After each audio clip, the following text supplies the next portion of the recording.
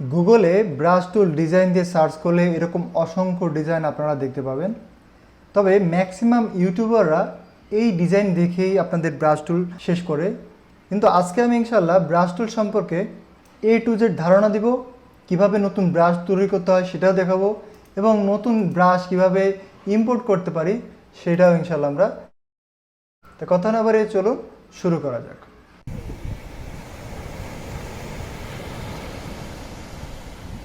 আসসালামু আলাইকুম, আমি শরীফুল ইসলাম, স্টার্ট উইথ শরীফুলের পক্ষ থেকে স্বাগত। আজকে ফটোশপের খুবই ইম্পর্টেন্ট একটা টুলস নিয়ে আলোচনা করব, সেটা হচ্ছে ব্রাশ টুল। ভিডিওটা সামান্য বড় হবে, যারা শেষ পর্যন্ত দেখবেন ইনশাল্লাহ অনেক কিছুই শিখতে পারবেন। এর জন্য সবাই একটু ধৈর্য সহকারে দেখবেন। প্রথমত আমরা ব্রাশ টুল নিয়ে আলোচনা করছি। তো ব্রাশ টুলে যখন আমরা ক্লিক করি তখন এইরকম একটা ফাংশন দেখতে পাই। এই অ্যারোতে যদি আমরা ক্লিক করি তাহলে রিসেন্টলি ইউজড ব্রাশ টুল এখানে শো করতেছে, খেয়াল করেন। জেনারেল ব্রাশ টুল, ড্রাই মিডিয়া ব্রাশ টুল আছে, বিভিন্ন রকম ব্রাশ টুল আছে। বাই ডিফল্ট এগুলো দেওয়া থাকে, আবার কিছু কিছু আছে আমরা চাইলে কি করতে পারি, এক্সপোর্ট করতে পারি। যেমন এখানে দেখেন স্মোকি একটা ইফেক্ট দেওয়া আছে। যদি এখানে আমি যদি একটু কালারটা হালকা গ্রে করে দিই, এখানে একটু ছোটো করি, সেক্ষেত্রে খেয়াল করেন আমি ক্লিক করলে একটু স্মোক ভাব চলে আসতেছে। এটা কিন্তু আমাদের ইম্পোর্ট করা ব্রাশ। এই ব্রাশগুলো আমরা কিভাবে ইম্পোর্ট করব সেটা ইনশাল্লাহ দেখিয়ে দিব। তো প্রথমত আমরা যেটা করতেছি সেটা হচ্ছে ব্রাশ টুল আমরা জেনারেল থেকে একদম শুরু করব। আমরা ফার্স্ট অফ অল আমরা একদম জেনারেল সেটিংয়ে চলে এলাম। এখানে সফট রাউন্ড আছে, হার্ড রাউন্ড আছে। সফট এবং হার্ডটাই আমরা আগে দেখা দেওয়ার চেষ্টা করতেছি।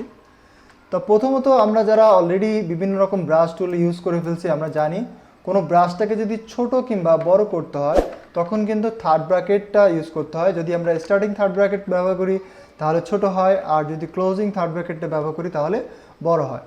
এখন কথা হচ্ছে আমরা যখন ব্রাশ টুল নিলাম, প্রথমে এখানে বেশ কিছু ফাংশন আছে, তার ভিতরে কি আছে, সাইজ অ্যান্ড হচ্ছে হার্ডনেস।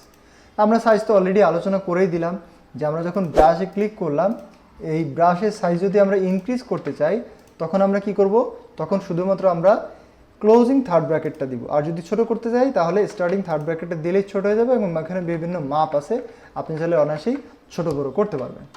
এটা গেল হচ্ছে সাইজ নিয়ে আমি কথা বলছি।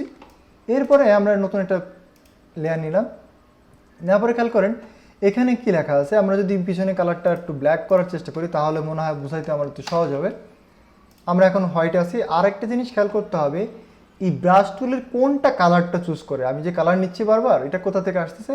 প্রথমত আসবো হচ্ছে আমার কালার পিকার অপশন। কালার পিকার সম্পর্কে আমরা সবাই জানি, তারপরে দেখিয়ে দিচ্ছি। আপনি যে কোনো কালার চুজ করতে পারেন, জাস্ট ক্লিক করবেন, অটোমেটিক হয়ে যাবে। সো আমরা সাদা কালারটাই ব্যবহার করছি। এখন ফার্স্ট অফ অল এখানে দেওয়া আছে কি, সাইজ তো আমরা বুঝলামই। হার্ডনেস, প্রথমে দেখেন হার্ডনেসটা দেওয়া আছে একদম ফুল মানে কীরকম, আমি নতুন একটা লেয়ার নেওয়া আছে। আমি যখন ক্লিক করতেছি এই কালারটা পুরাটা চলে আসতেছে, এবং পিছনে কালারটা কিন্তু একদম কিছুই শো করতেছে না। আমি যদি সলিড একটা কালার নেওয়ার চেষ্টা করি এবং যে কোনো কালার এখানে দেওয়ার চেষ্টা করি, খেয়াল করে দেন ওইটার পিছনে কালারটা কিন্তু শো করছে না, ঠিক আছে। আর এখানে আরও একটা কথা হচ্ছে, এখানে কোনো রেডিয়াস এক্সট্রা কোনো পিক্সেলাইজ হয়ে যায় নাই। এরপরে যদি আমরা এটাকে একটু মুভ করার চেষ্টা করি, যেহেতু আলাদা লেয়ারে করছি আমরা ইজিলি করতে পারবো। খেয়াল করতে হবে আমরা আলাদা লেয়ারে করছি কি না। এরপরে আমরা যেটা করব সেটা হচ্ছে এইটার সাইজ সিমিলার রেখে, খেয়াল করেন আমার সাইজ আছে 250। এবার যদি সফটনেসটা আমি আর একটু কমিয়ে দিই, যদি আমি 70% প্রেস করি, তাহলে খেয়াল করে দেখেন আমার ব্রাশের সাইজ 250 হওয়া সত্ত্বেও এটা হালকা একটা চাঁদের মতো করে একটা ব্লার হয়ে গেছে।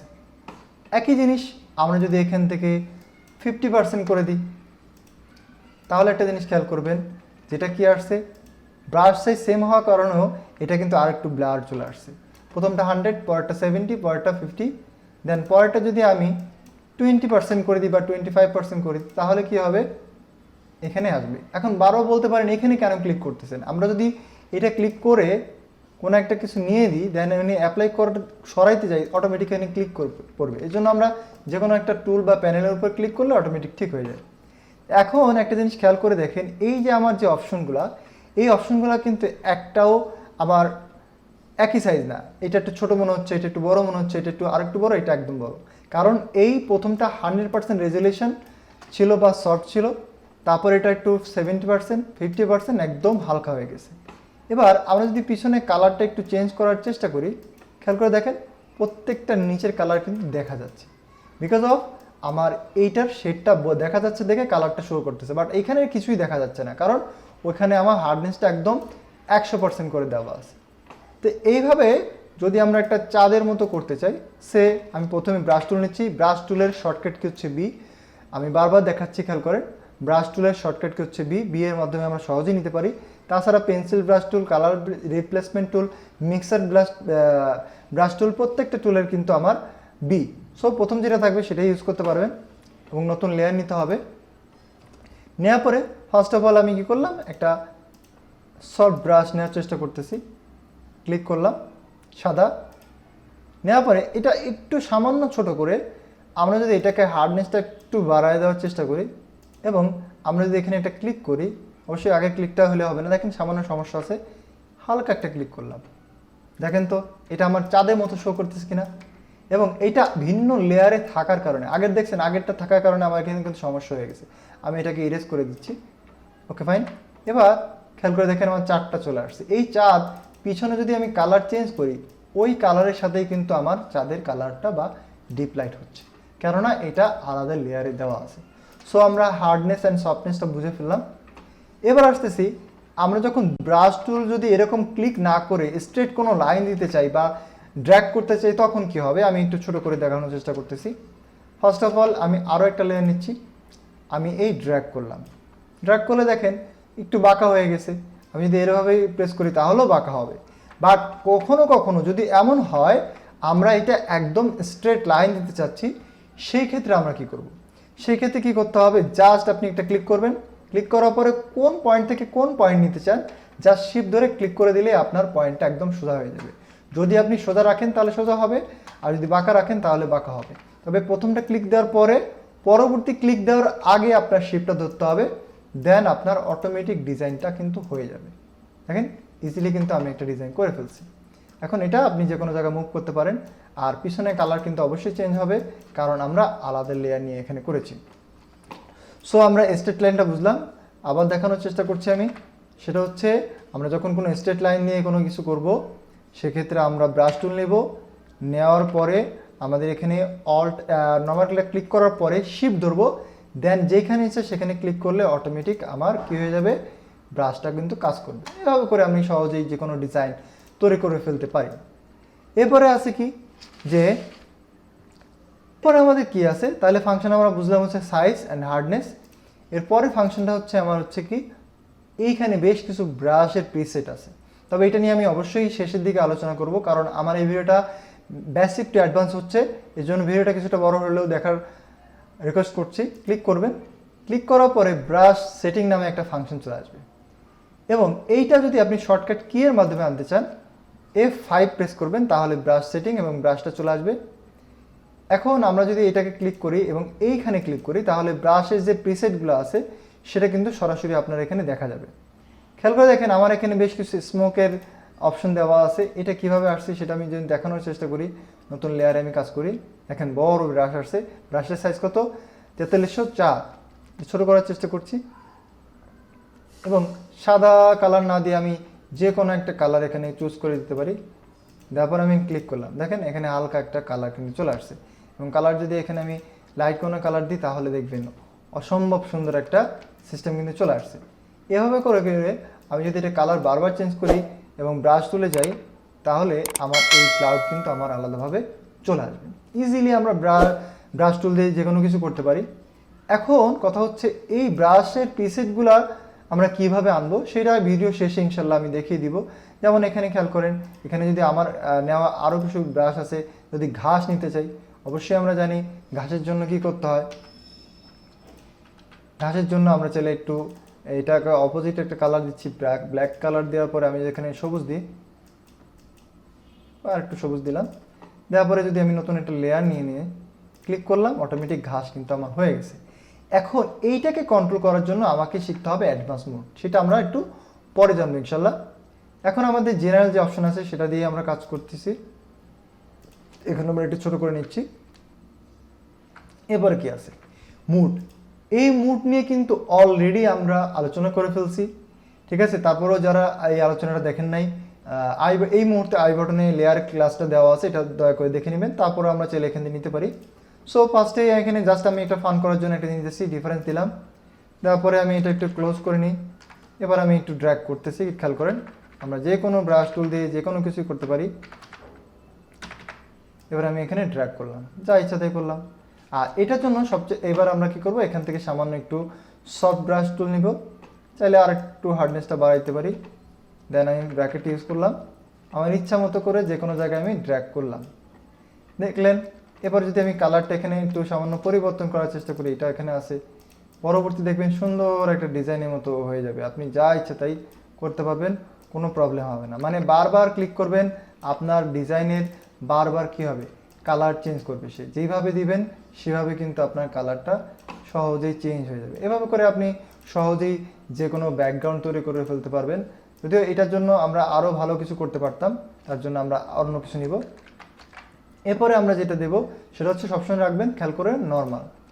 এর পরের ফাংশনটা খুবই চমৎকার, এটা মাঝে মাঝে আমাদের জানা দরকার। এবং অপাসিটি ফাংশন যদিও আমরা অলরেডি দেখে ফেলছি, তারা এই ভিডিও ডিসক্রিপশনে দেওয়া লেয়ার ক্লাসটা দেখে দেবেন। এখন খেয়াল করে দেখেন, আমি এখানে আবারও হোয়াইট কালার নিচ্ছি বোঝানোর জন্য। এখানে কি আছে, আমার কোনো কিছু নাই, ট্রান্সপারেন্সি একদম 0 দেওয়া আছে, এখানে কোনো কালার নাই। আমরা যখন ব্রাশ টুল নিচ্ছি, বি নিলাম, এবং হার্ড নিতে পারি, সফট নিতে পারি, সেটা কোনো প্রবলেম না।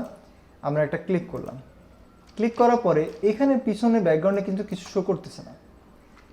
এরপরে যদি আমরা এইখানে খেয়াল করেন, এটা হার্ডনেস এটা থাকা অবস্থায় অপাসিটি যদি সামান্য একটু কমাই দিই, এখানে ক্লিক করি, পিছনেরটা দেখেন আমি কিন্তু কোনো সফট ব্রাশ টুল ব্যবহার করছি না যে আমার নিচেরটা কালার চেঞ্জ হয়ে যাবে। আমার কিন্তু জাস্ট কালারটাই চেঞ্জ হয়ে গেছে, কেননা এটা সফট হয়ে গেছে আর একটু অপাসিটি কমে গেছে।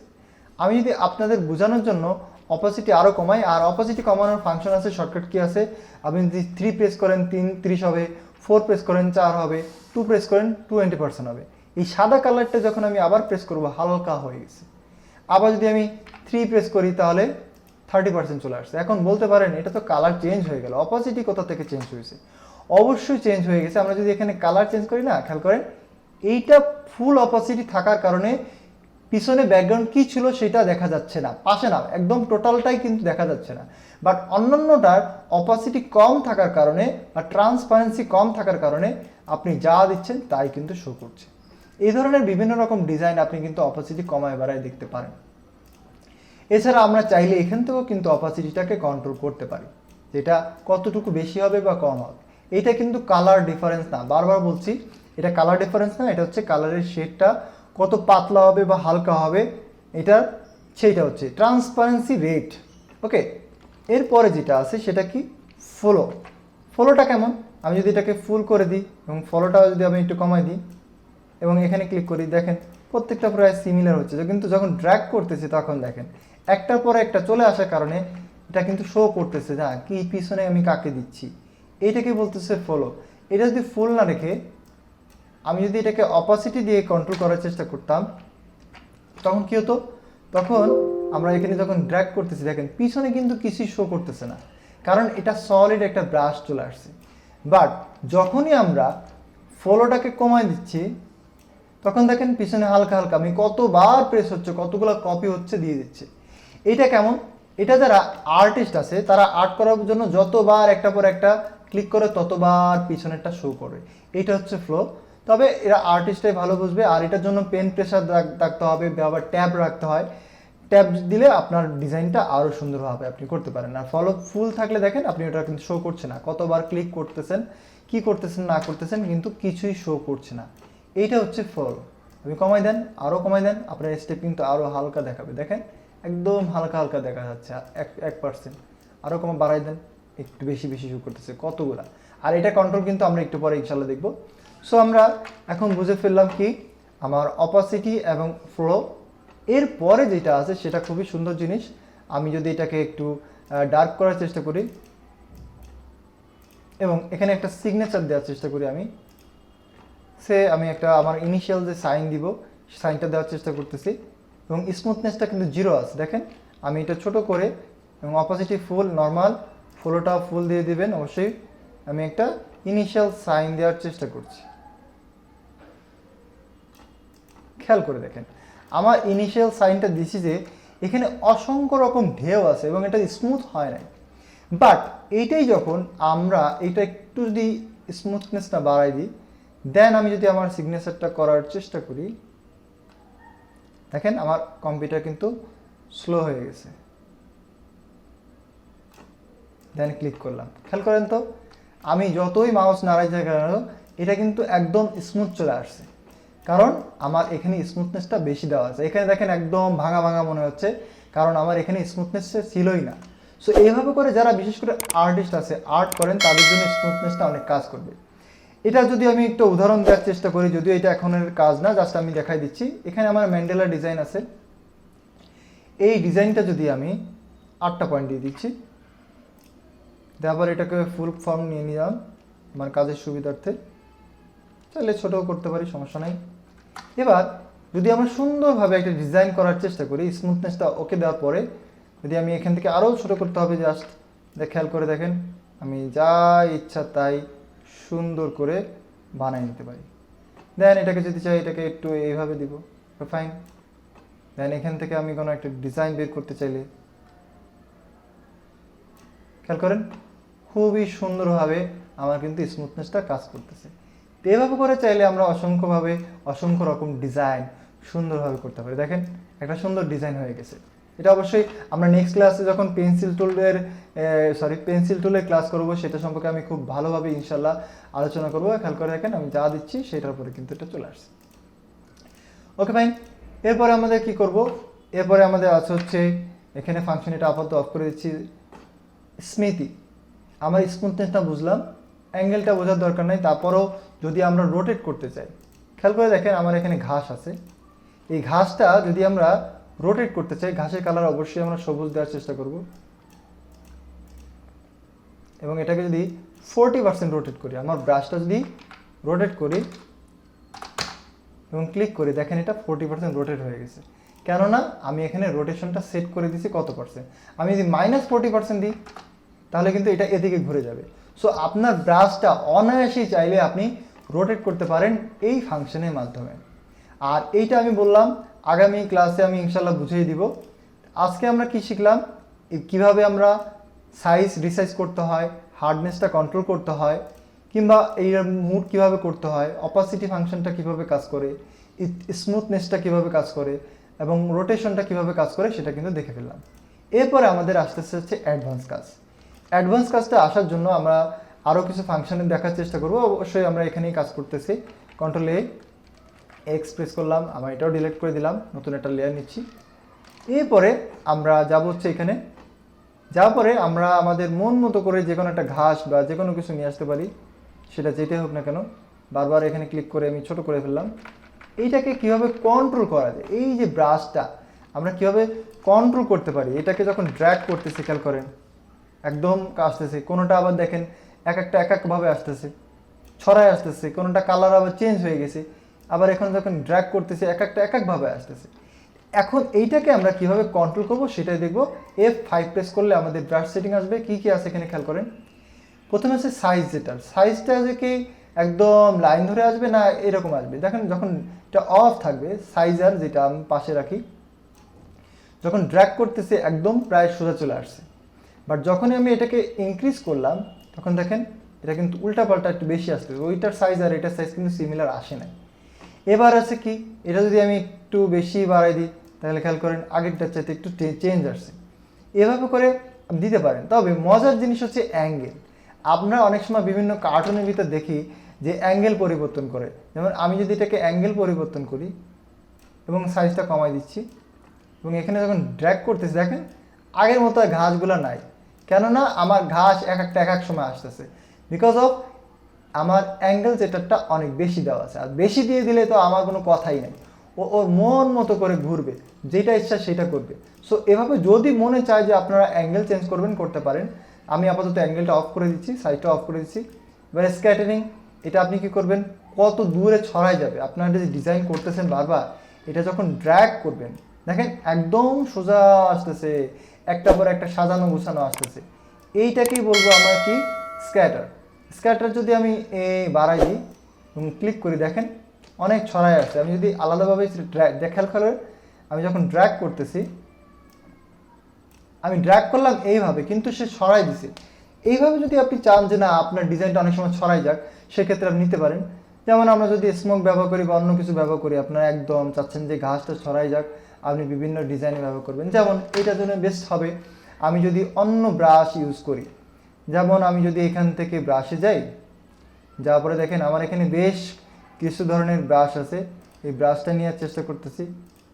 ব্রাশ এটা আমি একটু হলুদ কালার দিয়ে দেওয়ার চেষ্টা করছি।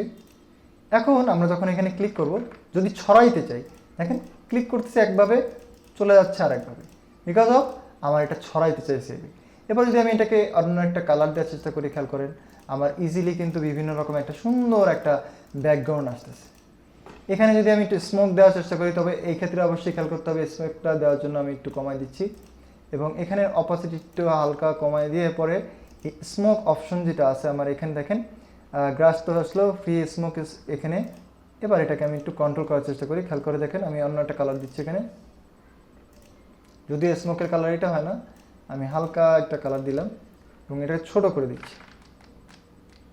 এভাবে করে আপনি চাইলে বিভিন্ন জায়গায় আপনি বিভিন্ন প্রকার স্মোক ব্যবহার করতে পারেন।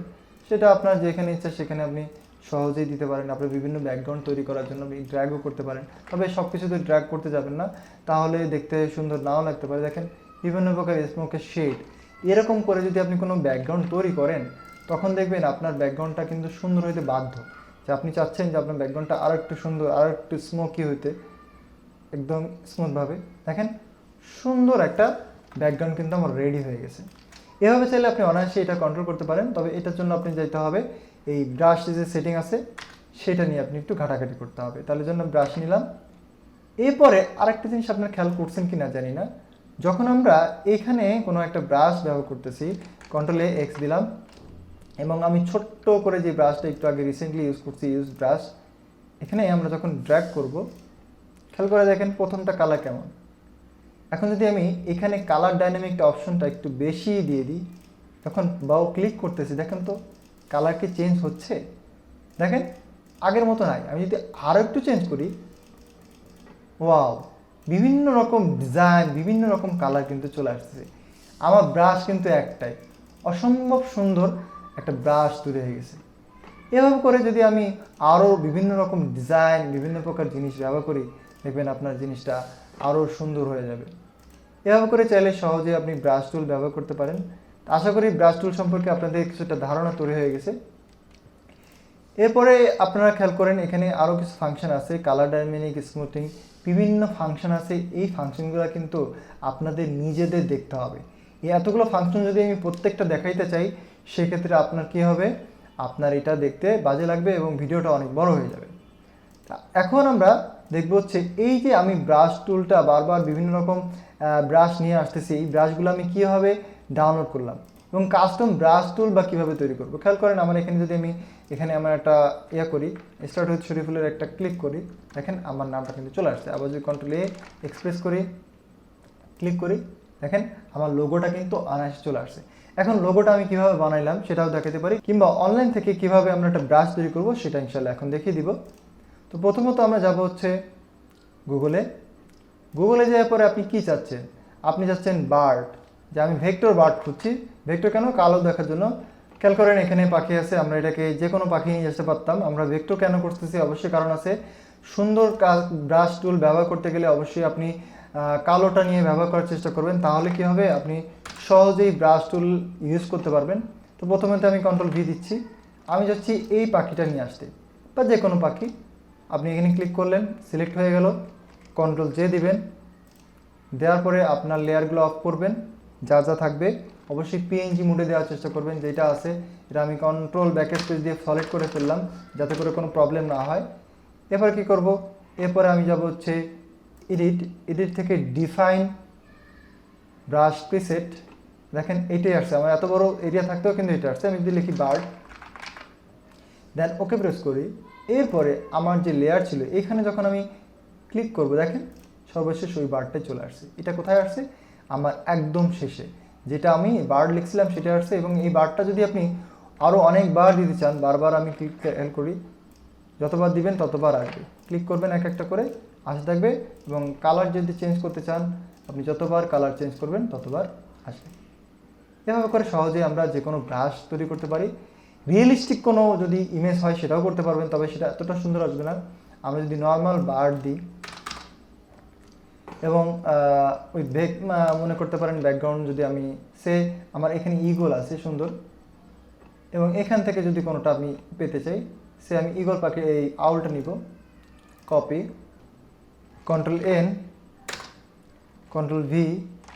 এবার আমি চাচ্ছি এই আউলটাকে সরাসরি নিতে, এটা আমি ব্রাশ বানাবো। তার জন্য কি করবেন, আপনি এই আউলটাকে খুব সুন্দরভাবে যে কোনো টুলস দিয়ে আপনি সিলেক্ট করবেন।